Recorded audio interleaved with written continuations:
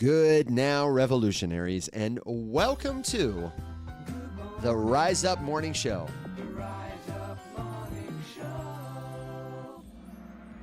Today is Wednesday. It's December 24th. It's Christmas Eve, which means one more sleep till Christmas. I hope that wherever you are, whenever you listen, you are well. This is your place for helpful news, commentary, answers to your crypto questions, and we have got a great show for you today. I am joined, as always, by my good friend and colleague, Mr. Alex Popovich. I expect that if he has the ability, Mr. Will Watson will join us from the road, mobile. So stay tuned for that. And if you don't get your question answered today, if you have something on your Christmas list that you want to tell Santa, don't just let it die on the live stream. You probably should mail your letter to Santa. But for us, you can reach us anytime. Don't mail the North Pole. Just get over to community.rumshq.com. That's the place to go. If you want to connect with us, the show, and everybody in the community to learn, grow, and we say, rise up. Already, Alex, we've got questions rolling in, but I got to know, man, how you doing today? Good. Can't complain. We've got, I just remembered that it was Christmas Eve, so that probably says something about me. We're doing Christmas stuff starting today. I don't really know what the schedule is, but I got to go out and try to find some supplies for dinner. Is it too late to get in? Yeah, it's now a good time to buy. It might be. It might be, Alex. That's a good point. I don't know. Thanks, Alex. Of course, Alex. The store on Christmas Eve, man. Woo. Well, a specific store. I need to go to the bakery that's on Wilmington because they sell pizza dough that they make fresh in the morning. And making like really good pizza dough is not a skill that I have, although my father just felt a disturbance in the force when I said that because pizza is his love language. But they sell some and I have to go. And I have to believe, I'm pretty sure that they're going to be open for at least a little bit today. And so as soon as we wrap, I'm hoofing it to Auspicious. Which, by the way, shout out if you're ever in Savannah, Auspicious. Holy shit, they have a restaurant too. It's called Bread and Butter. It's incredible. What a great name, Auspicious, dude. And also, when you sit down, you know how sometimes butter. you get like you get like a little like the amuse bouche, the little like palate warmer, a little bit of bread or some crackers or something. They brought us like banana and pumpkin spiced muffins, like fresh baked on a little plate with like honey almond butter. Woo. And that was the warm up. It was like, oh, okay. You knew they were serious when they did that. Sorry, I was not familiar with your game. Yeah. It's like, man, that place you said they went out of business, the Indian restaurant where we had that delicious naan. That is just like that. My day is ruined because now I remember that they're gone. Yeah. They were incredible. It was one of my favorite restaurants ever. And they did almost all their business was takeout. And so whenever you went there to sit down, Evan and I went on a very romantic date to this place once. And yeah. Oh my God, it was so good. But like whenever you sit down in there, they're like, oh my God, people. And they just bring you all this, so much stuff. Like, oh yeah, don't worry about the naans. The naans are free. Oh, here's free dessert. They were so hospitable. So hospitable.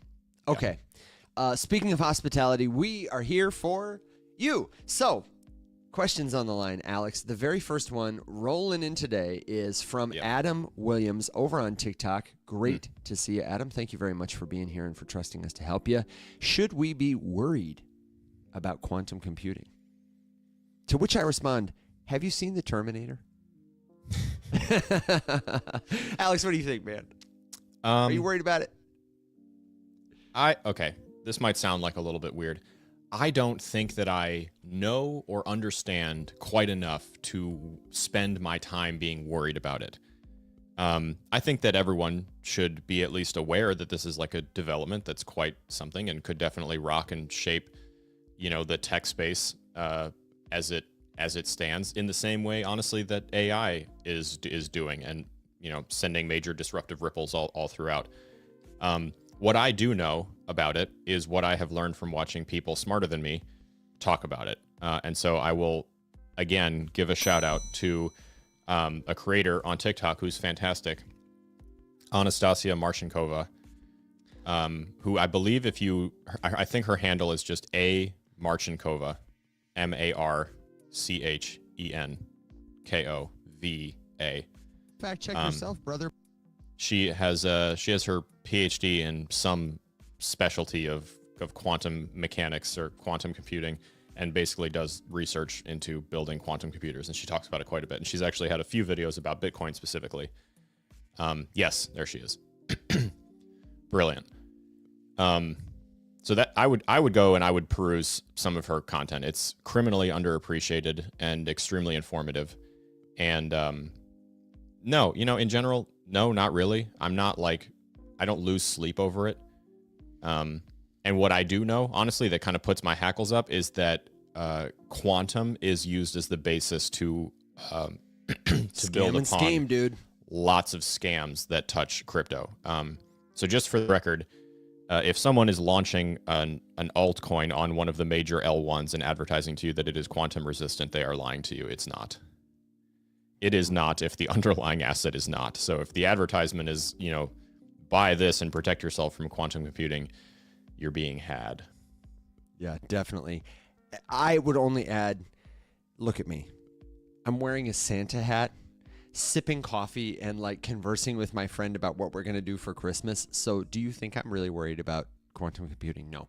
If it becomes a threat, we will absolutely have bigger problems than what will happen to my Bitcoin, because the first targets are going to be your grocery store, your bank. It's going to be a national, international, global issue for everybody if quantum computing gets realized and achieved by some bad actor. And frankly, it's the kind of thing that'll be very difficult for somebody to hide, because the kinds of resources, the kind of power, the very specific and conspicuous kinds of construction they'll have to do will all be easy to spot from a long way away, and everybody who sees it is going to have a vested interest in sounding the alarm. It's like a fire on the planet that would affect all of us. Will it be a boon for humanity if we use it well?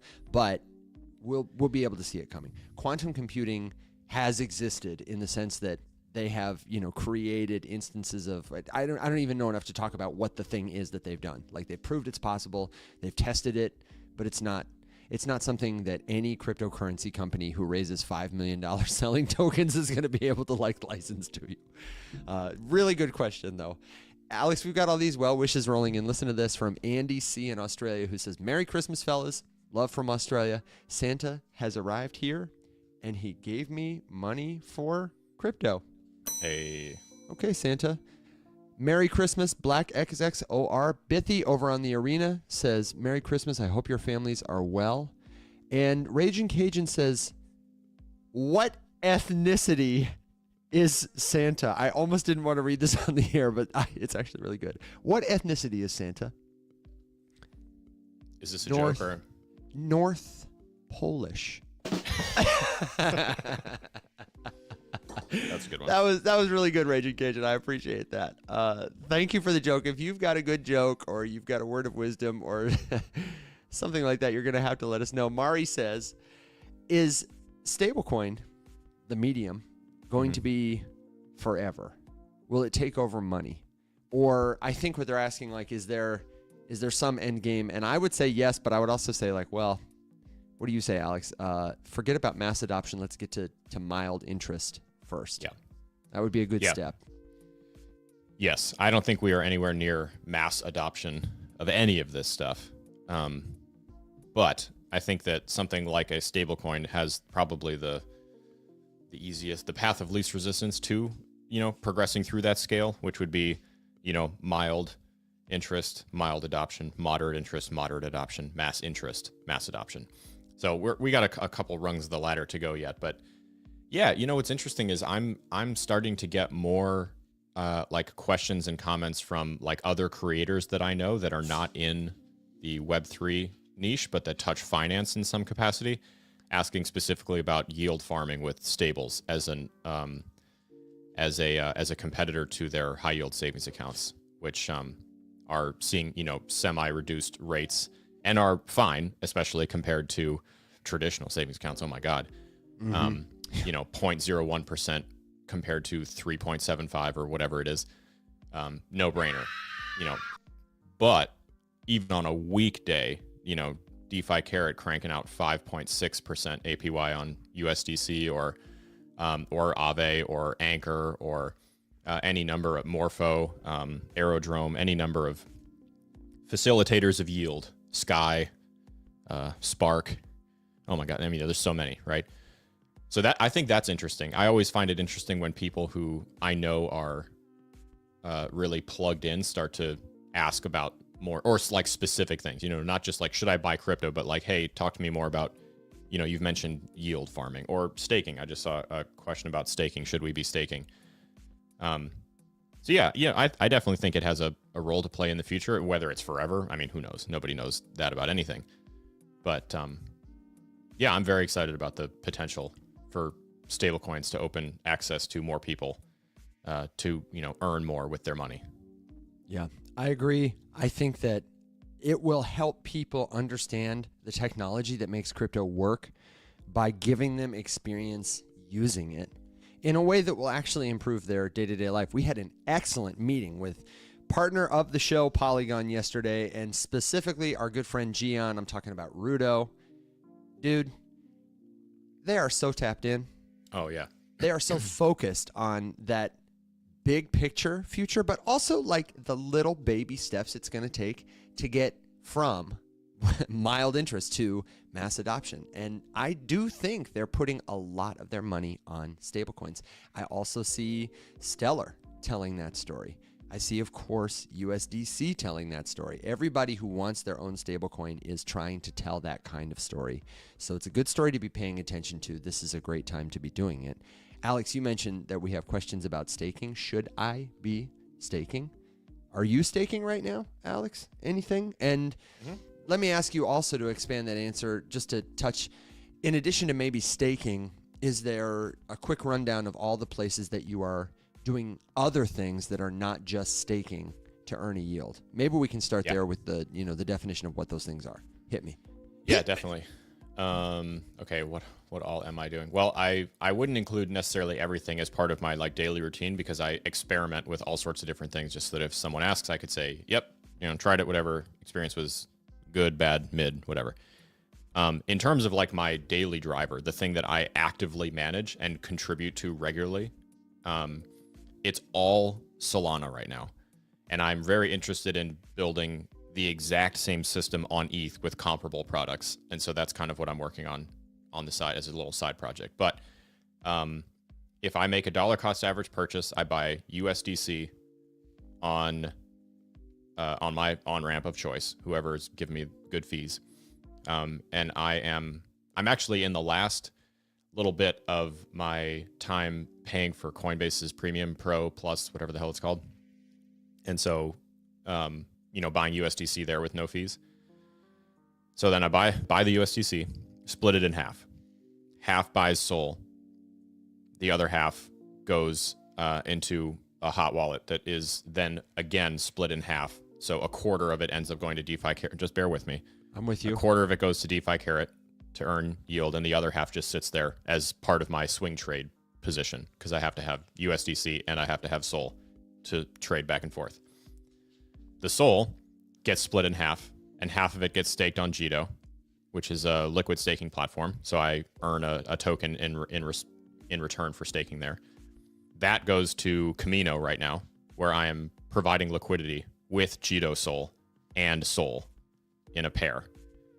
And that is how I farm extra yield on top of the already staking yield that I get for staking Sol. But yes, I am staking Sol with Jito to get Jito Sol, providing liquidity. And one of the partial rewards that I get from that is JTO, which is their governance token. And actually, I just texted seeing if we could get Nick, who's head of governance at Jito, on the show, because he posted yesterday, I think, in response to all of the chatter about governance with regards to, the Aave vote and all that kind of stuff. He's like, oh, wow, a lot more people are suddenly super interested in governance. I think that'd be a killer conversation because I genuinely do want to get more into governance. I feel like I'm a very weak voter for like someone who, loves DeFi as much and champions it as much as I do. I think that I'm a weak voter and I don't participate enough in the governance of the protocols that I use. And I would like to change that. That's pretty much it. So to cap that, to wrap that all up with a bow, because I just said a lot of word nonsense. Yes, am I staking? I stake Solana, and I stake it with Jito because they are a liquid staker, and I want that LST, that liquid staking token, which is Jito Sol. I want that back. And then I take that and I go do something else with it. So I take it to Kamino, which is the biggest borrowing and lending protocol in Solana, and I supply it as liquidity, and I earn trading fees and all that kind of stuff. So that's cool.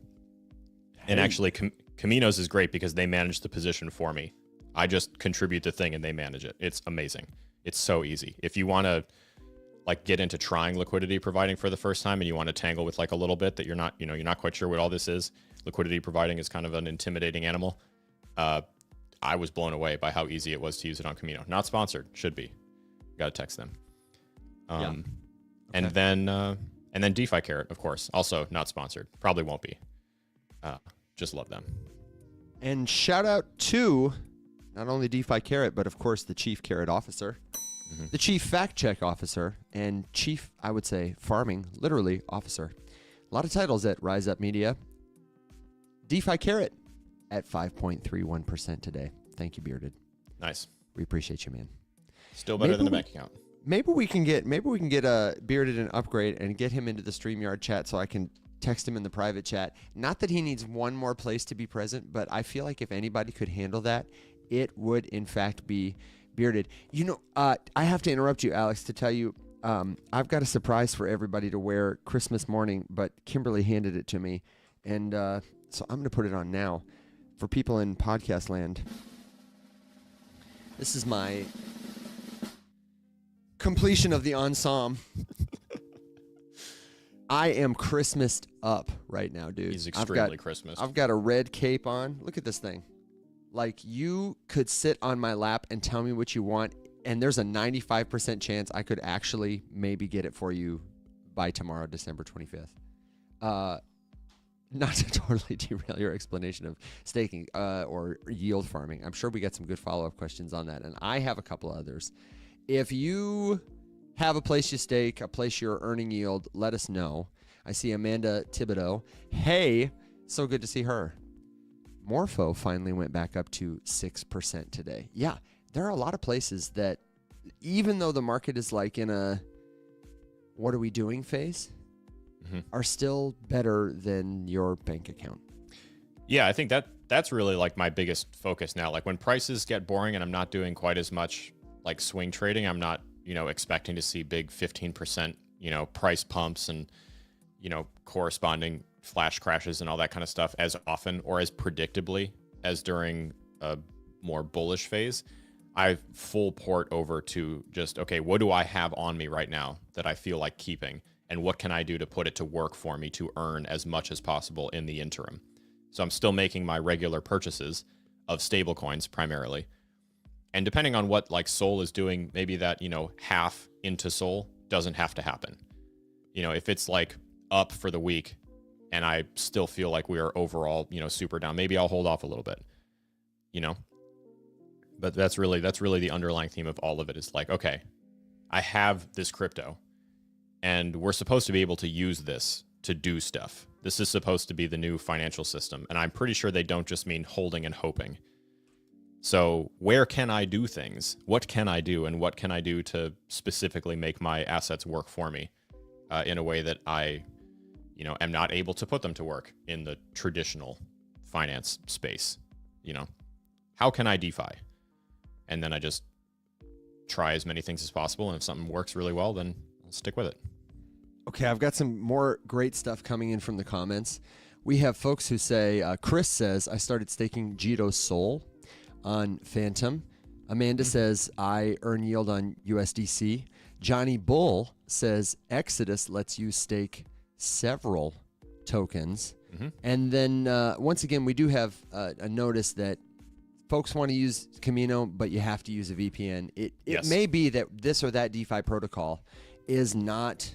it's verboten in your area. You can't access it. I feel especially bad maybe for our friends in the EU or our friends in New York. I hear there's a lot of different DeFi stuff that's hard to access there. So sorry about it. Well, and it's important to recognize that the DeFi stuff, the decentralized stuff, is the same kind of inaccessible all around the country if it's not offered to U.S. citizens. They don't region lock by state. What you might be referring to would be centralized offerings from places like Kraken or Coinbase, who have a lend or yield initiative that they can't offer in every single state. So like in California, some stuff is restricted. New York, same thing. But if you were to remove yourself from the centralized exchange world and just use DeFi, that stuff is not, because it's not region locked, statewide or state-based. A couple other comments. Andy asks if we can stake from cold wallets, and I just want to let you know that yes, in fact, you can. And to everyone asking whether or not this is recorded so you can watch it again, we talked about staking from cold wallets, how we approach this, doing DeFi from cold wallets generally yesterday on the show. We've talked about it many times, and all of our episodes live forever on your favorite listening app. I'm talking about Apple Podcasts, Spotify, and of course, the tube of you, youtube.com. You can find us there, youtube.com/The Rise Up Morning Show, or just go to RUMS, RUMSHQ.com. You can find playlists of the morning show, of our After Dark show, of Trust Issues, Alex's new show at the intersection of policy, politics, and crypto, and of course, Rise Up Market Watch with Will and Doug, where they go over the macro factors that make the crypto markets, all kinds of stuff waiting for you. And one more comment I have to read, Alex. I can't find who said it, but it was really, really good. Somebody said, "You look like Santa if he went on Ozempic." And Bearded said, "Mr. Christmas, we want USDC to $2 and a purple wallet." Purple wallet's coming soon. Tori has finalized the art. We're getting the template over to Arculus. It'll take them about a week to make sure they've got it right, for us to approve it. They might be shut down for Christmas, and then it's like a 6 to 8 week production schedule. So we will be taking official orders first to everybody who filled out the interest form, and then we'll have wallets that just anybody can buy from the supply we have left. We're going to do just a limited run. We're going to do 100 for the first batch, and we were thinking about doing like updated art every time. I think that's going to be the move, so people can have something to collect. Of course, we're going to give you a token with it. If you buy the Arculus Rums wallet, then you will get your very own like proof of purchase in the form of a token. So much more cool stuff. We would be honored if you start your cold storage journey with us, but it's only going to be a little longer, friends. If you haven't signed up on the forum, it's in our community, community.rumshq.com. Bearded adds 17-cent Alex coin. I know he's talking about that POAP. It's on the way, man. And Alex, somebody asked, this is Mr. Peaceful on Arena, what are you pressing? He asked it twice. He's really curious. What, when you reach to the right of your screen on like Twitter, on Facebook, on the Arena, on YouTube, what are you doing with your hand when you reach off the screen and you're pressing there? The people want to know. Take him backstage. I told him it was your second device. Why are you using a second device? This? Yeah, dude. Yeah. That's the phone. What are you doing? I told him he's the master of the chat. Alex, for people in podcast land, is absolutely killing it in the chat every day, all the time. TikTok? We cannot stream to TikTok from our computers. Oh, you're introducing them. Wow. TikTok, meet the full setup. TikTok, meet everybody else. Everyone else, meet TikTok. And yeah. And podcast land, suck it. I'm sorry, podcast land. Once again. But I'm replying right there. Podcast land only gets apologies. We really do love you. You guys are amazing for listening back. It is the Christmas backstage special Exit Velo. So if you want to see something, let us know. And shout out to all the friends who make this show incredible. Alex, I know we have other questions. I have a question here about Coinbase, their new strategy about octant vaults, and maybe you've seen a couple others, but I wonder if I can take this time to open a gift from a friend of the show. Let's do it. Okay, so this is from Technically Web3, our friend Adriano. He's a good friend of the show who said, hey, can I send you a package? And I said, yeah, absolutely. You can send me a package. I was like, what kind of package? He's like, a gift. I was like, for us? He said, yeah, for you. And he was worried that it wasn't going to get here until after Christmas. And I said, don't worry, man. A gift anytime is so appreciated. And this is a gift for all three of us, okay? He's got something in here for me, for you, for Will, And Tori, if it's something to eat, we're going to share it with you too. Maybe. But yeah, maybe. Here's yours, Alex. If it makes it out of Evan's house. If it makes it out of my house, it probably won't. And this says, this has my name on it, and it's got a QR code. If I didn't know him personally, I would be sketched out. And also, because the kind of guy he is, he's always doing little cool, ingenious technical experiments. It wouldn't surprise me if this was like a trick. You know, like you fool, you scanned a QR code. You're in crypto, you should know better. So I'll have to scan the QR code later and give you an update on what this is. And then the other thing I was saying to Alex is we need to get some P.O. boxes so everybody can send us cool stuff. So check it out. Mom said you got to read the card first. It's got Santa and the reindeer all dreaming of, hanging out with Santa Christmas night. It says, note, sleeves, block, RFID, NFC. You don't need to open your gift to use it, but I'm sure you know that. Everything not in Alex or Will's envelope is yours. So he likes me better than he likes you guys. Or rather, I think he just put all these things inside your envelopes. So you'll get them. May all your Christmas dreams come true. Thanks for being an awesome human. Merry Christmas to you and yours.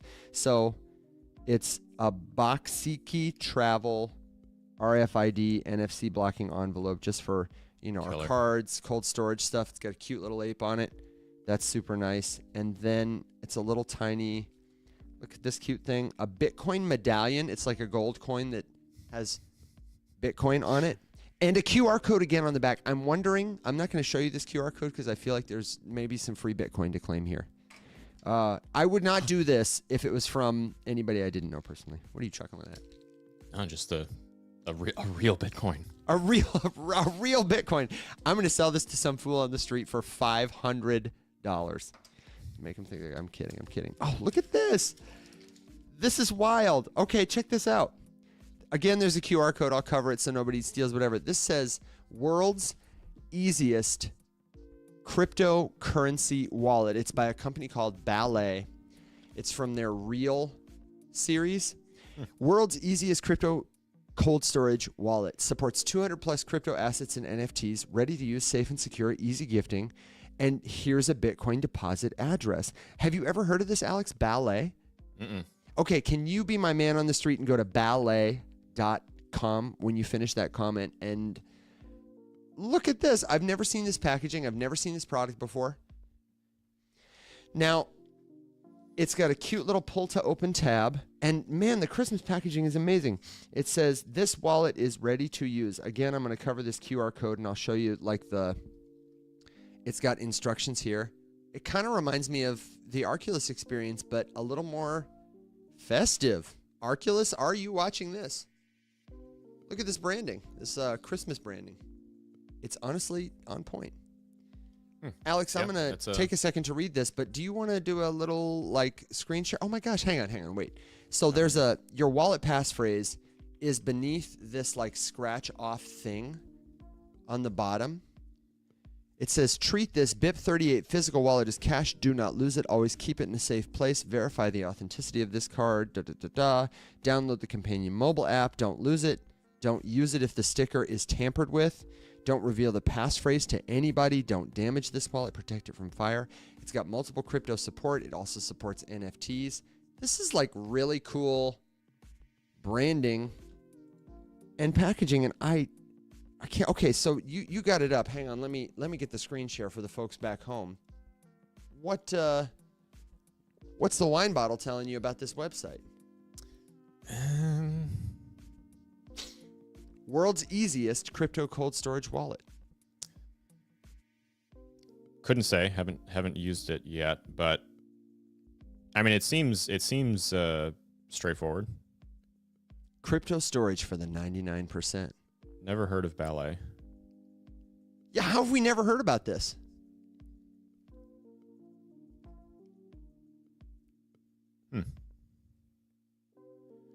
Oh, and I think that coin, I think you can store Bitcoin on it. Dude. I think that's what that is. I think that's also a hardware wallet. No way. Yeah, I think you're right. This is so techie and cool. It says on the outside, it says that Bitcoin. Is so nerdy. digital descent. Yeah, dude, it's super nerdy. And it's got a third QR code.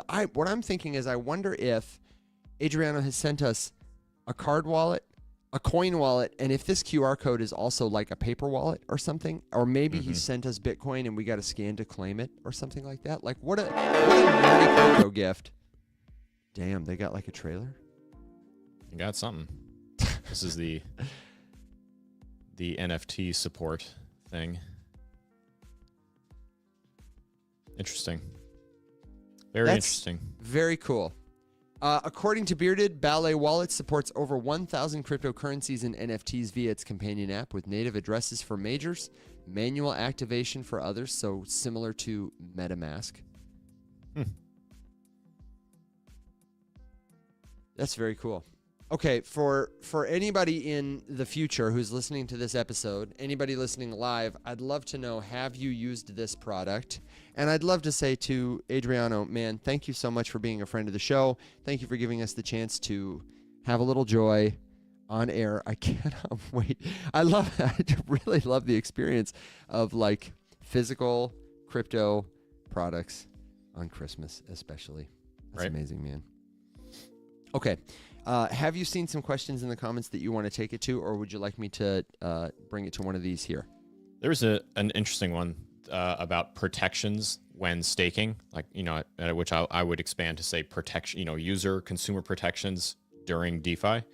And I think it's kind of interesting because in the way that you're imagining, yes, they do exist, but they're usually very expensive. Almost no one uses them. I'm talking about like some interesting, insurance style options that you can opt into for a relatively significant percentage of your like rewards that you can, divert somewhere else and pay for. I've actually never met anyone who's used them. Crypto insurance, DeFi insurance stuff. I would personally be kind of sketched out by that, to be honest. I think that inherently DeFi has some protections built into it. I'm talking about like it with staking, slashing as a deterrent. Slashing is a term that describes the process by which a network would work to punish a validator who's misbehaving, someone who's trying to break the rules or do something they're not supposed to do, or act maliciously against the network. The network has a way of kind of policing all of that. It's much more complicated than I'm making it sound. But funds can be slashed. And so the slashing is kind of both a risk and an inherent protection. The threat of slash is an inherent protection because validators don't want to be slashed, of course. But it's also a risk because if you do delegate to a validator who does get slashed, you could lose money. So slashing is a good term to look up and to understand as it relates to whatever blockchain you're considering staking on.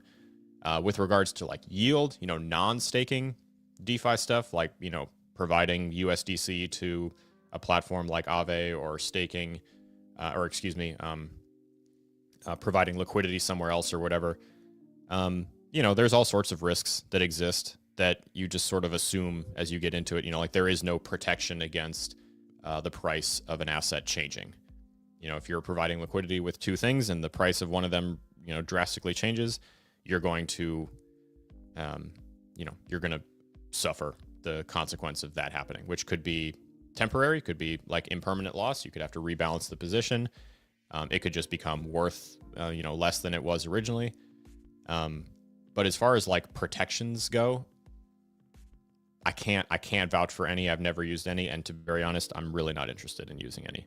That's kind of why I keep myself, more siloed with the like bigger, more reputable, established DeFi protocols, and not so interested in the Celsius-like stuff. Like the centralized offerings for yield. I wouldn't park things there long term, just because we don't know what's going on. We don't know what's going on behind the scenes there. There is a lot of stuff like that that's going to become more prevalent, I think, probably before it becomes less private. And I think some of it will always be private. I think I heard a really compelling take that a lot of people will prefer to just as they prefer to bank with somebody who has a kill switch and can reverse a transaction if their funds get stolen, they're really going to prefer to work with DeFi providers who are not truly D, but mostly Fi, and are using crypto stuff, but also have the ability to like claw back a transaction from a bad guy.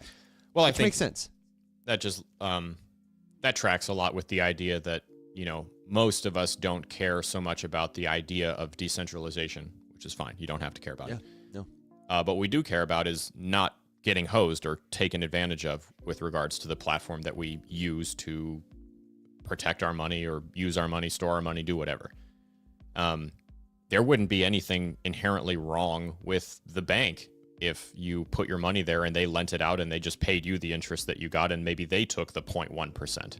They would still make plenty of money if they did that. They could just flip it.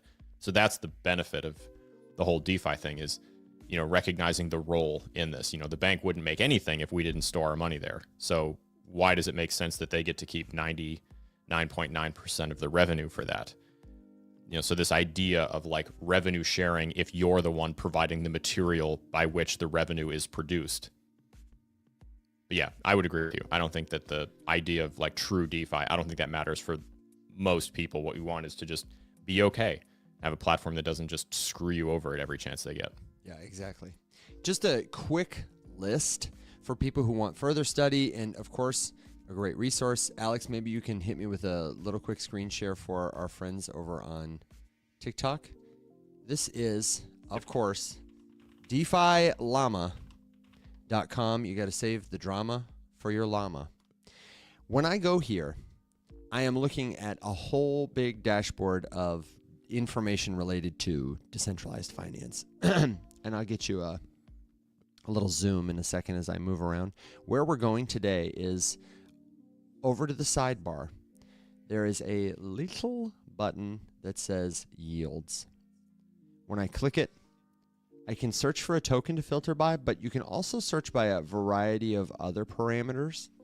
And specifically, I'm going to click on category. Oh, is it going to? Oh, watch this. Maybe I can do some magic and make the menu expand. Come on, buddy. Come on, buddy. I guess I had to zoom out before I could zoom in. These are all different categories of things that you can do with your tokens that will generate a return for you. Often people use the term staking as like a catch-all term. The catch-all term is yield. You're trying to earn yield. But you might be liquid staking. You might be liquid restaking. Liquid staking is what you do on Jito. You can also restake there. You might be lending. We talk about that a lot. You're lending your tokens when you deposit them in Aave. You are lending technically your dollars when you put them in a savings account, even if you don't know it. There's basis trading, which is like buying different sides of a trade. You can be doing some sort of, I don't know what they classify as yield. Is it a real world asset? Is it a yield aggregator, by which they mean, is it a farm that is compounding your yield, usually through liquidity provision? DEXs, leveraged farming, derivatives, algorithmic stablecoins, services. What the hell does that mean? I don't know. We could. Wouldn't you like to know, Weather Boy? Yeah, exactly. So there's all these different services. Alex is. I'm gonna cut the screen share. But DeFi Llama is a great kind of one-stop shop. You can go there, poke around, and drive your favorite LLM to ask it, what the hell does this mean? Or bring your questions to the Rise Up Morning Show. So, good stuff there. We have some further questions. All the way back, Jimmy Varon wanted to know what we think, Alex, about Coinbase's new strategy. And I heard you say on your solo extravaganza Q&A episode that you hadn't seen their recent announcement about all the stuff that they're doing. But you mean the big product demo day where they talked about? Yeah. I also didn't see it. But I've caught up since then. Have you? That's what I was going to ask. Do you have an opinion? I have this take I saw on Twitter, and I'm curious to know if you agree with it or not, from Beanie. You know this guy Beanie, who's kind of a nefarious character.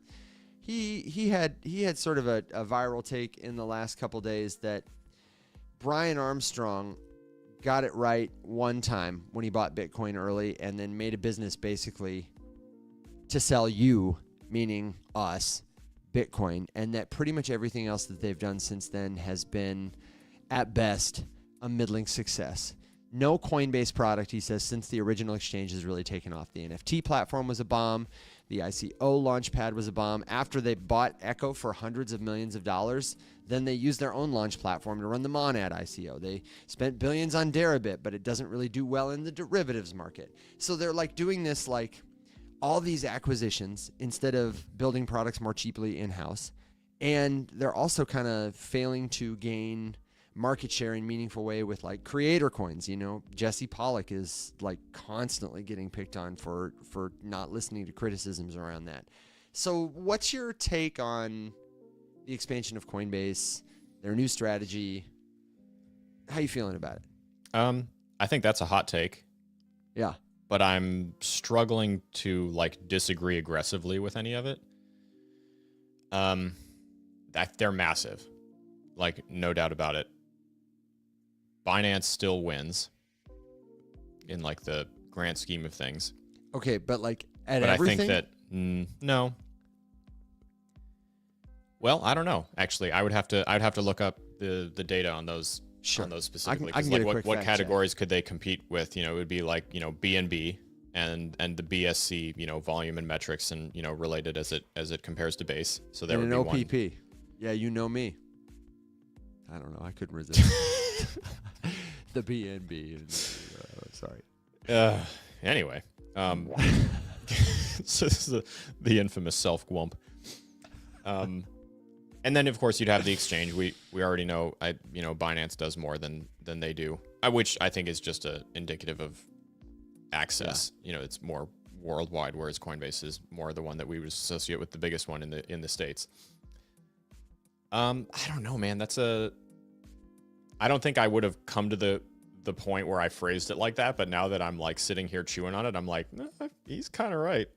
You know, like, what have they done that just like absolutely, you know, blew my socks off? I don't know. They sponsored a bunch of tanks. That was weird. Yeah. How can I forget about the tank sponsorship, you know? They bought Kobe's platform and then, yeah, you said which I think that makes sense. I think they just bought a competitor and then stuffed it in a closet and, you know, wanted to do their own thing because they don't want other people's stuff to do well. They want Coinbase branded stuff to do well. Mm-hmm. I don't know. I think there's just like I have an inherent problem with people who are doing stuff in crypto who don't believe they could have made a mistake and they could course correct and adjust because maybe something's like not going as great as it could. It's just like, it's such a young industry. I just think that's like unbelievably arrogant and foolhardy to think like, nah, we nailed it. There's no way we could have to adjust. And you see that with the creator coin thing. Like, you know, rather than say like, okay, wait, there seems to be like a universal problem with this. Let's pick it apart. What's the real beef here? It's like, oh, okay, we've got problems with, you know, rugs and these things just like not going well. This token model being flawed, whatever. Okay, can we adjust that? I just don't see that conversation ever. I don't see either a discourse like that, and that bothers me. We were talking before the show, Alex and I, about a wallet company that shall not be named, not Arculus, the official cold storage sponsor of the show, but a wallet that you know and love. Mm-hmm. And we've both had several interactions with people on their team, with their products, and they're fine. Yep. But we're really bearish on, I went to see this wallet provider at a conference recently after connecting with one of their employees and was excited to see their booth where some of their other products that I have not used were on display. And they didn't work as advertised. The user experience was frustrating and they really didn't seem to care. And our interactions with them have been categorized by this sort of like, people will come around. You're lucky to work with us. You're lucky to use our stuff. And if you like, can you imagine being a consumer brand and having that approach and not really caring what people's feedback is to your product or that it doesn't like work well and thinking you're going to onboard the next billion users? Bearish, man. So bearish. It's a weird attitude to have when things are this young that like I've won. And that's the vibe. Like if a company gives me the vibe that like they've won, because we get that a lot, you know, like to have the conversation with someone where, and it's like, hey, there's actually a tremendous number of people who are like interested in what you're doing that don't really know because you've never really talked to them. You know, what if we talk to them? No, don't need to. You know how many users we have? Yeah, not as many as you could. I don't know. I've never seen a different area of business in any industry wherein those companies are like not interested in scaling to new audiences. I've never encountered that before. And I encounter it aggressively in crypto, where people will look you in the eyes and tell you, we're good. And it's like, really? Yeah. Really? We were talking to Jeebs about that yesterday too. Friend of the show, venture correspondent Jeebs, just about some frustrating experiences with like a lack of professional acumen across services. Marketing stands out because we spend a lot of time there, but many. It's why I'm so bullish on people like Jeebs, why I'm so bullish on, that meeting we had with Rudo yesterday. I had a really great but brief meeting with Azim over at Maiden, which is incubated by Polygon on top of their tech stack protocol. And honestly, I'm so bullish on so many people at Base and at Coinbase. Mike, our friend of the show, is the first one that comes to mind, but I think of Jarin. I think of a lot of people in and around the ecosystem, people who've received grants from them, who are contributing to make their chain better. And I don't know, it's hard to rule somebody like Coinbase out. Oh, I wouldn't do that. That'd be silly. Of course not. But I agree with everything you said. I want to see them be more responsive to feedback. And I think they're going to need to disrupt themselves. Like, I think everything is fine. The exchange works undoubtedly well. Like, I've used it's it my primary years. On and off ramp. I love it. It's great. No complaints. I've used it and Kraken for the entire time, and I've never had a reason to go elsewhere. And I commented on canceling Plus or Pro or One or whatever the hell it's called. Honestly, One, because Kraken's is more affordable. It's so much cheaper, and it gives you the same benefits. It's a no-brainer. And honestly, just because One, I want to use Kraken's ecosystem more because I feel like I've done a lot of experimenting with Base and the Coinbase peripherals, but not so much with Ink. And I think Ink is farther behind. Yeah. And they haven't really turned on any gas with regards to, my impression of it is it's like meme communities, NFT communities, and they're still kind of like pulling the cord. Which it's I think a little bit of a cold start. Feels like a miss because like the branding is killer, and the way that it all buttons up is like nicer and cleaner than honestly the Coinbase package of products. So if I was a consumer looking at like just a brochure of stuff, I would be more inclined to lean the Kraken side, but then I look a little further and like there's not as much information about it. It's harder to, and they're smaller. Coinbase is obviously a bigger exchange than Kraken, but I don't think that doesn't have to be the way that it is forever. There's no reason for that to be the case, Yeah, and you asked earlier about Coinbase versus Binance, and I just added a little side-by-side comparison of Coinbase, Binance, and Kraken prepped for you, just to give you like the quick, fast facts, market size, all that stuff. So Binance is, in fact, the world's largest exchange with hundreds of millions of users. Like 300 million is the last reported number by a couple of different sources. Highest global trading volume. Coinbase has about 119 million users, mostly popular in the U.S. and so-called regulated markets. It is the largest custodian of Bitcoin in the world, and it custodies Bitcoin for all the major ETF providers. Kraken, smaller, still major, millions of users, deep liquidity on the biggest assets, and Alex is right. Where they really shine is their fees. Binance tends to also compete with them on fees, but it's harder for people to use in the US. And technically, Binance has the lowest fees overall. Yeah, I think, I mean, the fees are turned up on both from what I would imagine, given that they both have like a premium service wherein you can get away from trading fees for, certain limits.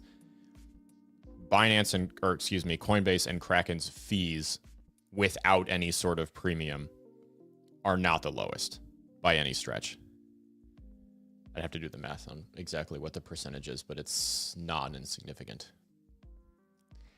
Shout out to everybody wondering what's written in my notebook. I see that comment every now and then, and I just want you to know that Alex and I both have a special sort of brain that... Alex, did you read the Harry Potter Don't work books? right. Yeah, they don't. Sometimes they don't work at all.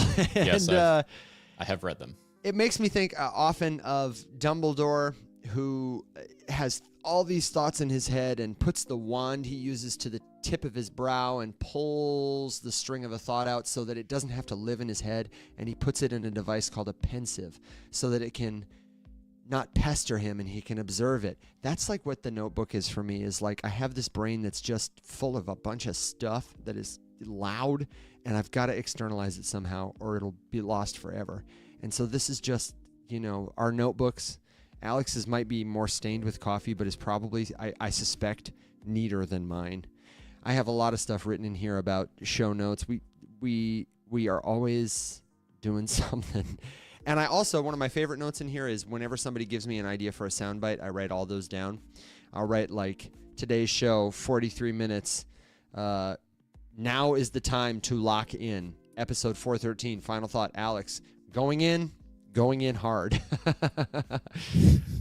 Get bucked repeatedly is a really good note. Or like I made a note during our meeting with Rudo yesterday that we need to follow up with Leon Aboud and that we need to make more videos that help people understand what's in it for them and have more guests that are less crypto insider and require less explanation.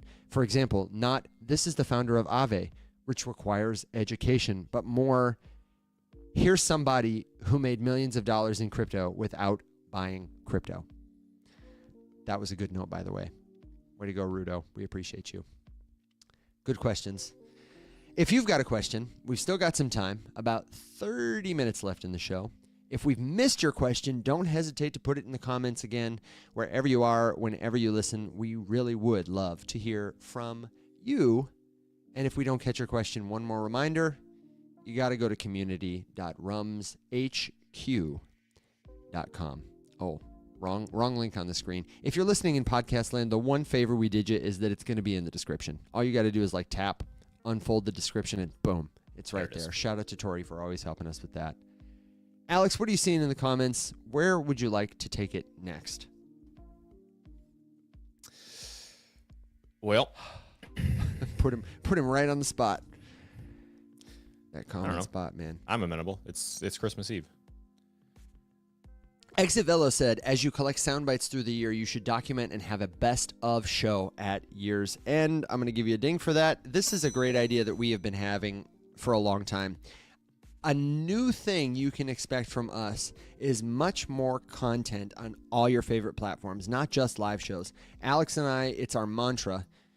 Will, you already know, is cranking out content. Wherever he is right now, I'm sure he's filming a video. Like there's a non-zero chance that if you think of Will at any given time, he's filming a TikTok video. Alex and I got to get on that beat. One thing we're doing to make it easier is we are enlisting a number of clippers. If you're a clipper watching our show right now, especially one that I've brought on for a trial, I'm sorry. I know I've been out of touch. Thank you for your patience. We're going to put together a small team. Polygon, our partner, is also putting together a small team of clippers to help us create more content from our show. And one of the things at the very top of my list is a greatest hits show. So one of the things I want from you, dear friend, is if you have a favorite soundbite, a segment, an inside joke from the show, I'll create a post for this in the community, but please drop it over there. Let us know some of your favorite moments because we definitely are going to need to assemble them. I'm thinking I'm going to need a greatest hits show.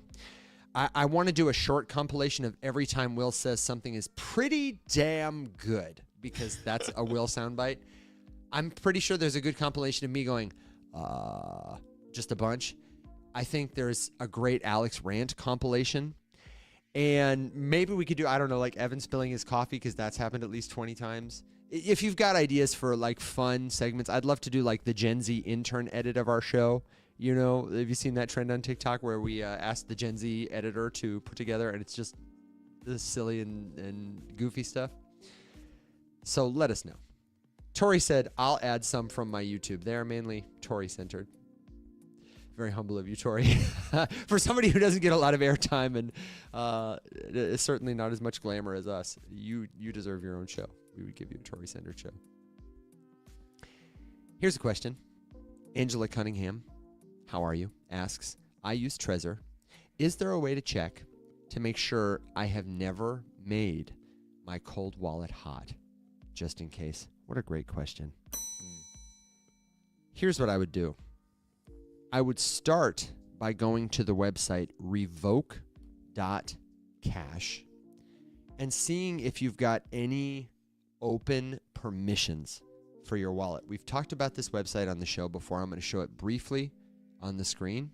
Alex, maybe you'll assist me with a secondary screen share here.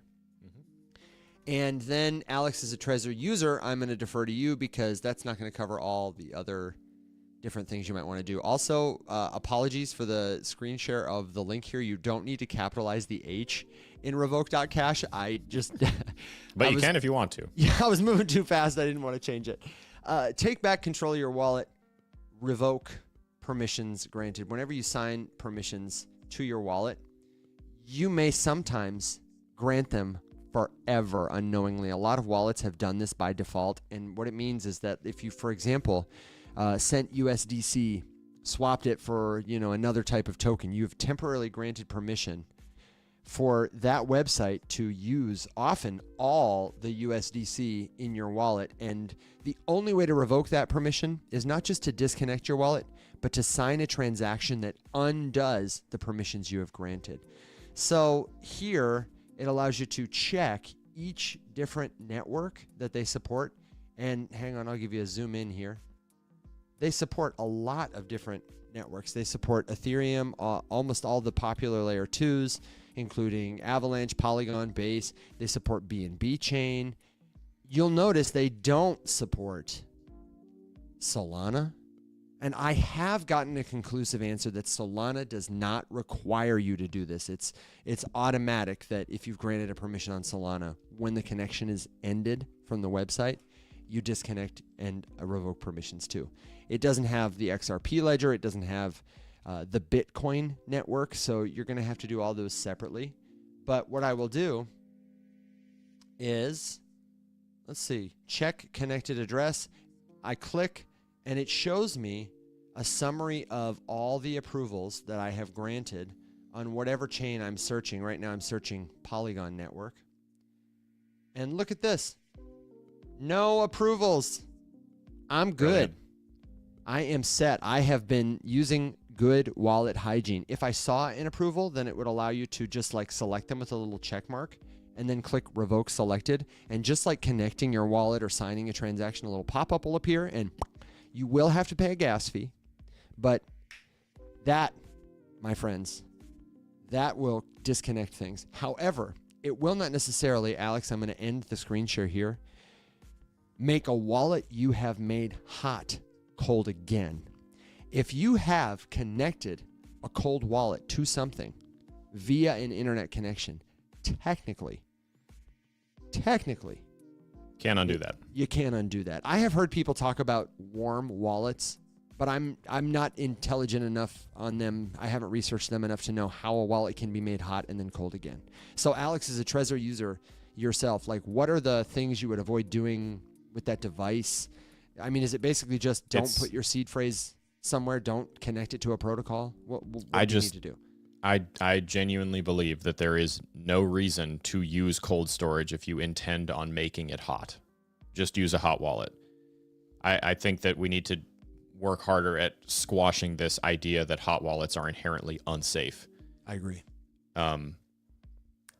I don't think it's helpful. I think that you should be aware of like the risks and the benefits to cold storage versus a hot wallet. But if you've ever made a cold wallet hot, first of all, I would not recommend doing that. Not because you are like guaranteeing yourself a theft, but just because it defeats the whole purpose of the cold wallet. Why would you spend money on a cold wallet if you intend to use it as a hot wallet? Because then you're defeating the entire purpose. The entire reason you spent money on the device in the first place was to have it be a cold storage device. And so if you don't want to use it that way exclusively, I would say just use a hot wallet. There's nothing wrong with that at all.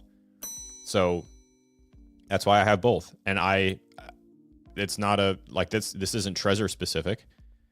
It's a vault that I only deposit things to. I don't connect it to other stuff. I don't like try to use it to do this and that with, or, anything else. I would just use a hot wallet for it. So I don't know. I'm trying to think of like a different way to say it, but if you're buying a cold storage wallet, just use it for cold storage. If you want to do stuff that you need a hot wallet for, just use a hot wallet. There's nothing wrong with that at all. Nothing wrong at all. And exchanges are fine too. They're more limited because you don't own your keys directly. So there are some like downsides and risks that you trade for the convenience of an exchange. But if you're seeing content or hearing from somebody that's telling you like, hey, if you own crypto, get it off an exchange, it's not safe there, like slow down. There is absolutely no rush to get it off an exchange. You should learn self-custody because it's a novel thing. Never had the opportunity to do it before with any kind of information, especially not money. Aside from maybe cash, but this is the freest that information has ever been aside from like thoughts in your head. So it's good to learn. You don't need to rush to get your assets off Kraken. So rapid fires here. So is making a cold wallet a hot wallet like creating a third-party connection to MetaMask? Potentially. Yeah. I don't know all of the technical specifics. No. If they're talking about MetaMask, like ledgers connect from MetaMask, let's separate that. No, it doesn't make it hot. MetaMask specifically has a feature called Ledger Connect. Well, Ledger has a feature called Ledger Connect that was developed for MetaMask specifically. That's a read-only thing. You want to explain? Yeah. No, so the distinction that you would need to make, because I saw another question about Lace, and I don't know specifically how Lace works with regards to, but if an action that you take with your cold wallet exposes the seed phrase of that wallet to the internet in any capacity, it is no longer cold. Even if you only did it one time for half a second, it doesn't matter. It is technically no longer cold. It is not guaranteeing that you are going to get robbed, but it changes the nature of the device that you're using.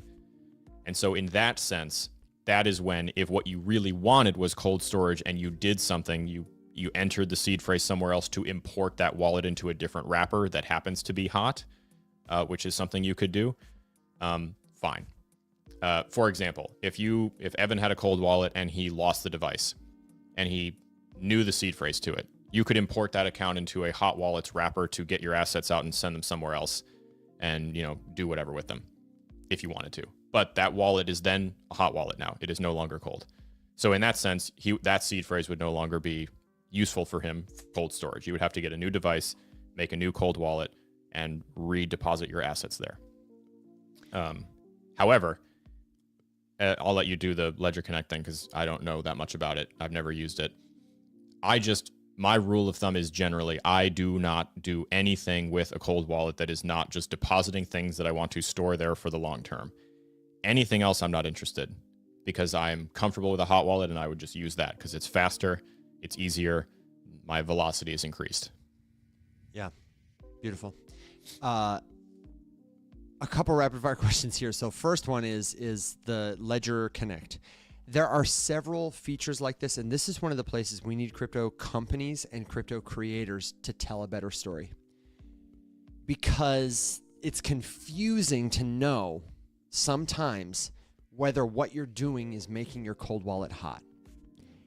Anytime you put your seed phrase online, anytime you sign a transaction that requires you to connect to a website, like you're interacting with it, if you're doing that from your, I need a visual. Where's my Arculus? Where's my Arculus?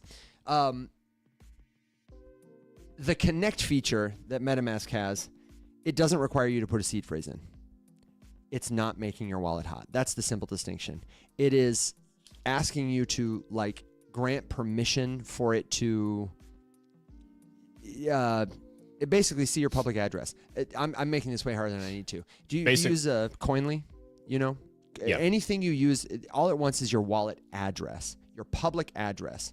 And if you give it your public address, you're just granting it read-only permission to see the transactions you've made, to help you set up transactions. And so it knows if you set up a transaction because you like MetaMask's interface better, because it makes it easier to support more kinds of tokens, that it knows to send it to Ledger Live, the app, or whatever your cold wallet is, in order that your device can sign the transaction securely by presenting your private key within its own interface. Whether that was my next question. Local connection. Yeah. Or where is sign authority in that relationship? 100% on the cold storage wallet. So So that's the part that if you're relinquishing sign authority to something else that is on the internet, right. That would be when the wallet is now no longer cold.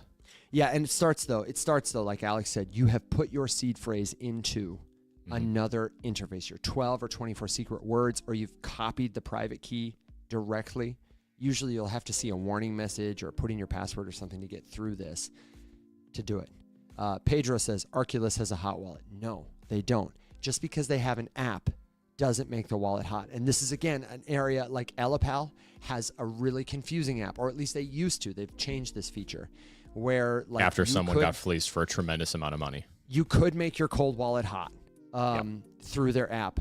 Their app, which was also used to help your cold wallet send crypto transactions. But the seed phrase thing is the simplest. What Alex said is the simplest. If you're presenting your seed phrase, or you are not sure if you presented your seed phrase or not, but you're like signing transactions. And that's the other thing we talked about on the show the other day is, like, if I take my seed phrase, whether I got it from Arculus or I got it from MetaMask. Let's say I started a MetaMask wallet and I thought to myself, I've got an Arculus device. I don't want to move my crypto to a new private key.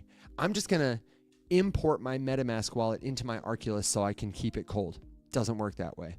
If I use my 12 or 24 seed words from MetaMask to restore a wallet on my Arculus card, on my Ledger, my Trezor, just because I'm accessing that crypto now from a cold storage card doesn't make it safer. It started as a hot wallet. And again, not that a hot wallet is unsafe, but it's not cold. Cold storage is the safest because there's just less surface area for bad guys to see, to interact with, to try and scam you. That's all. This is a great question that we can go deeper on, and that many people have many. Don't feel silly if this is not clicking for you. The most common questions we get, Alex, right, are, which wallet is good? Which wallet is good for this asset? How do I use whatever wallet? What wallet do you recommend? Is cold storage? All these questions are repeat questions that we'll be getting until we stop doing this, till we die. Yep. No sweat there. Nope. Come to the community. Leave them in the comments. I'm going to do a video today answering some of those questions we've gotten because they're always good. Can I rapid fire one or two? Lace wallet. It's a Cardano specific wallet. It's got some funky features.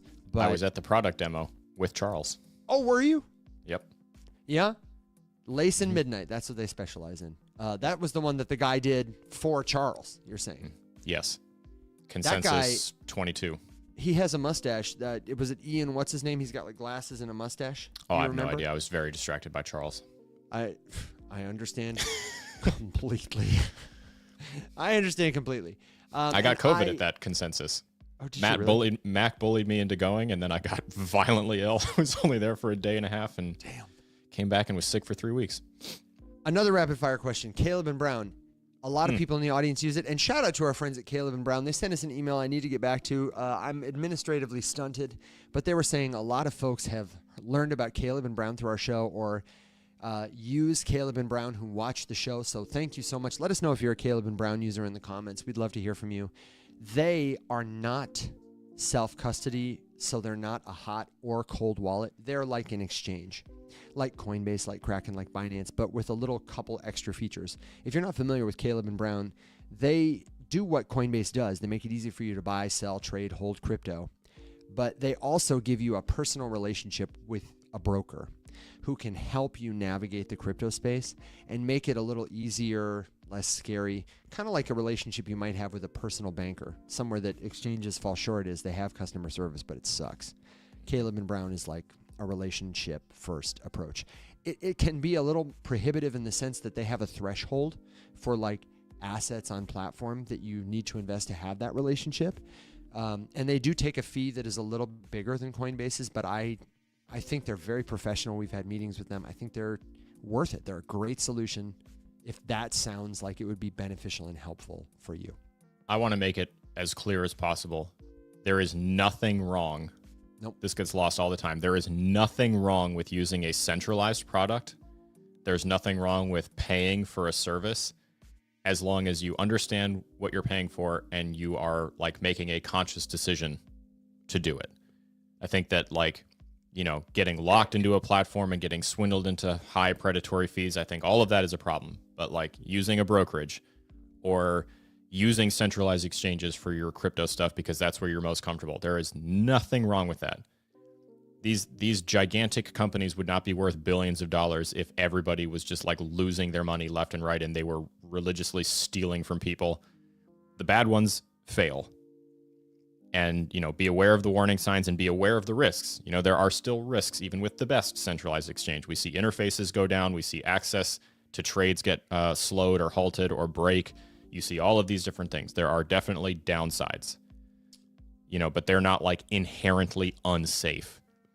And I think that we collectively do a bad job as the storytellers of the industry portraying that.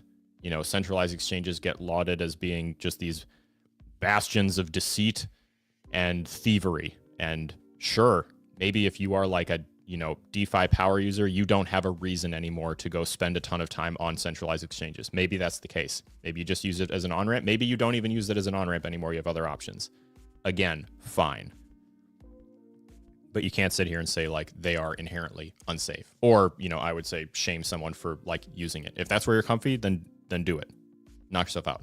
Learn the rest, take it as a if you have a concern about it, take that as the impetus to go learn the skill of, using your own hot wallet, of self-custody. I think everyone should at least be aware of how that works. That way, if something comes out about an exchange that you're using and you're like, okay, well, now I'm concerned, you have an escape route. You got a plan. I want to just say also explicitly, since that's the word of the last 10 minutes. Don't come for me. That this is a really great question from, is it Richard Elkins? I'm so sorry. Yes, Richard Elkins. Thank you for this question. Just to ask explicitly. So, public transactions, no seed code revealed. No. Revealing your 24-word seed code is an overt action. When you create a self-custody wallet, you will be presented with a seed code. And almost always, it's like super overt when they give it to you. Write this down. Do not lose it. Prove that you wrote it down. Tell me what's the third word in the 24-word seed for it. You know what I mean? Like, it's overt. You're gonna remember this and probably be traumatized by it because, again, the wallet experience is scary. If you reveal it to somebody, if you make your wallet hot, that is going to mean that you copied it, pasted it, typed it in. You will remember having to go back and look for it, having to go back and get it, having put it in an app. And if you are the kind of person who may not remember or recognize doing it, no hate, no shade, that is a good sign that maybe self-custody is the wrong solution for you. So, Joey, just an answer to your specific question about Lace. If the seed phrase got entered somewhere to do a thing, whatever, again, it doesn't mean that it's like you're about to be robbed. It just means that wallet is not hot anymore. And if you wanted it to be truly offline and cold, you would need a what? It is hot. Sorry, I meant it's not cold anymore. Did I say hot? What? Yeah. Oh my God, there's too many. We've all been there. I know. Tell me why. Hang on, let me slam the rest of this coffee. Yes, if you entered the seed, okay. If you entered the seed phrase, the wallet is no longer cold. If you would like to use it exclusively as cold storage again, you would need a new wallet. To be clear, though, because I don't want you to think you have to go buy a new device. You do not have to buy a new physical device to make the wallet cold again. Transfer the assets to a different holding wallet for a minute. Factory reset or wipe your existing wallet and establish a new one. Generate a new phrase and redeposit to the now once again cold, but that same seed phrase that can import that first wallet account that you were using. That one is hot now. Even if you deleted permissions off of something, I would not trust that. You can factory reset and wipe it. You don't need to buy a new device. I don't think we said that specifically earlier. We didn't. Yeah, that's really a good point. Save your money. You don't have to buy a new one. Yeah. Oh my gosh. Alex, there are so many questions. We could make content just about this forever. This is exactly what we told Arculus. But like, hey, listen, I don't know exactly, where your guys' priorities are, but cold storage is the number one talked about topic on social media. And we might all get spoiled into thinking like, oh, it's very straightforward. It's very easy. You make a wallet, do the thing, use it here, there, whatever. It's not. There's a lot of questions. Dude, so many questions. You could do this all day. So given that we've said about 400 different things here about all this, if you're confused or you want something repeated, then just ask, because there was a lot. There's a lot of gobbledygook and a lot of that. Yeah, me and GPT made a cute little graphic that I'm popping into the general chat over at Rums HQ, and I'm not sure how helpful it's going to be or if I need to. I'm about to post it to see. It's like a code drawing. Oh no, this is so messed up. I'm gonna have to ask you to make it. Does it ever output stuff in code for you? Look at this. It's beautiful. I'm gonna share my screen really quick so you can see this as like a dog and pony final thought, because it's about that time. If you got a final thought, let us know. And on the way over there, if you got a last minute question, suggestion, good joke, word of wisdom, drop that into Alex. Look at this. Look at this beautiful graphic. Podcast land, I'm going to describe it to you. It's awful. It's cute. It's cute though. Like on GPT, this looks all right, but this is what it posted in the the general chat of Rums HQ is not good. Looks like this. So basically, I will clean it up. Don't worry. It's a 4-quadrant mental model of the difference between like hot wallets, cold wallets, self-custody, cold storage. We'll have that and so much more waiting for you in community.rumshq.com. I really want to shout out Tech CEO for the comment like ages ago as we started this segment about warm wallets, and he was like, sounds more like lukewarm wallets. And everybody has just grabbed it and has been aggressive in the chat about lukewarm wallets. So thanks, Tech CEO, for being you. And the best salesman of the Rise Up Morning Show mug. Perfect gift for Christmas. Chief Mug Officer. The Chief Mug Officer. Alex, what's your final thought today? Have you got a last question to answer or anything before we dog and pony it out of here? Oh. You okay? I hiccuped and burped at the same time. My final thought would just be that we've covered a lot of stuff today. There are many more things that we didn't get a chance to cover. I'm sure there are lingering questions. So the two-part final thought is, one, if you have a lingering question that you don't feel like got answered appropriately or you'd like more information about, be free to join. Rise Up Community is where you want to go and ask that question, community.rumshq.com. And also, don't panic. I think that something that gets lost in translation a lot of the time when people are talking about getting things off of exchanges, using cold storage, revoking permissions to wallets, there are instances wherein you should definitely move with a sense of urgency. You know, you've sent your seed phrase to someone. Someone has tricked you into giving them access to something. In that case, yes, time is of the essence. But if you are just using a centralized exchange, if you have, once in the past connected your cold wallet to something that made it hot, panic is not the answer to any of it. You have time to read and research about whatever it is that you want to do and how to do it properly. You have time to ask questions about it. You have time to, catch your breath and then make an informed decision and an informed move. Panic is the time when you make stupid mistakes. And that's rarely the answer. So just deep breath. We have plenty of time. We have plenty of time to figure it out. We're very early to this whole thing. We're so early. The user experience is still, exactly. We are so early. And you might even say we are in the pit of despair. But you know what? Okay. I would compound on my, just to echo Web3 glossary here, who says bad actors want you to click quickly. If someone is ever doing the thing where they pressure you to make a decision very quickly and do something fast, that's your biggest red flag. So, oh my gosh. Great point. Dude, my final thought will add to that. I ran into my future mother-in-law in the grocery store yesterday. I was on my way to another meeting. You know how we do. I was going from meeting to meeting to meeting. She was talking to you about securing your assets with Web3 and signing up to the quantum financial system. Almost, dude. Almost. No, God. She said, I have been thinking about you because... Uh-oh. And she told me this story about how a couple days ago she went to reactivate her McAfee on her computer. And she Googled McAfee and she clicked the first link because it was the first link, called the number there, and she thought it was odd when the person just answered with hello. Yo, and red then flag. she asked, is this McAfee? Because she was confused, and they said, yes it is. And she said they had an accent, which I also thought was weird. Shit, that's me. What's up? Right. What? Yep. This is Mr. McAfee. How can I help you? But like, it's the first number on Google. She's moving quick. She's got a problem. She's got a million other things she's thinking about. And this That's person, where scams shine. they told her everything she'd need to do to give them remote access to her computer, which set off some alarm bells. But then they told her, like, no, this is urgent. You need to do this. You need to stay on the phone until this is done. And so anybody who does that to you, who makes you feel like you can't hang up on them, like you'd be dumb to ask a question, like they're the experts, you're not.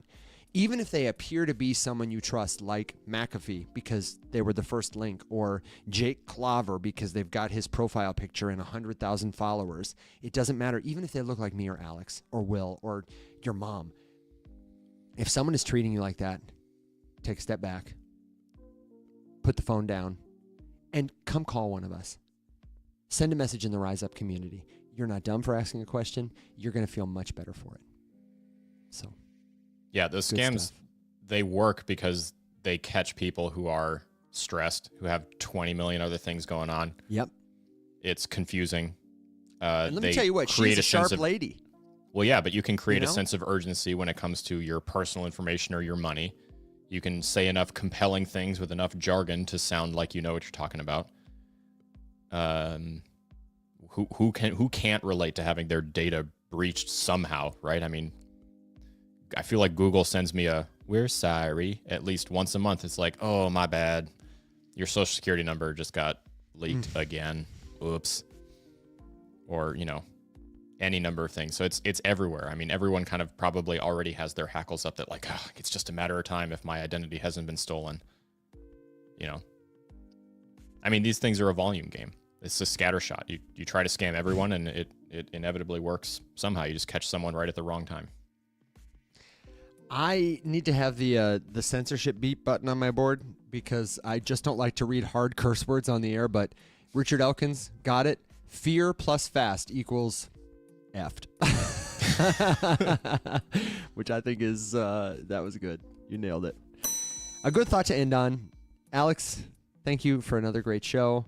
And we will be back. It remains to be seen. I know Alex is kind of working it out with his family. I am going to be on for a short broadcast at least. If I don't have Alex, we will unwrap a present or two together tomorrow morning. If you are celebrating Christmas or another holiday, Yalda, you're in the throes of after Hanukkah celebrations, or you're just looking forward to another new year, we are so grateful that you choose to spend time with us because you are truly the very best part of what we do. So before we go, shout out to all the sponsors who make this show possible. I'm talking about Arculus. I'm talking about Jito. I'm talking about, I always try to do this in alphabetical order and I forget who comes next. I'm talking about Unlock Protocol. I'm talking about the White Whale. I'm talking about Polygon. The alphabet is hard. I know I did. I've got to work on it. And can you imagine when we have 20 sponsorship partners, how it's going to be to say, thank you to... I know. I want to collect more just to make you read them all. Me too. And when it happens, we can't wait to celebrate it with you. Until then, and until next time, everybody, stay safe, be well. My friends, everybody rise up.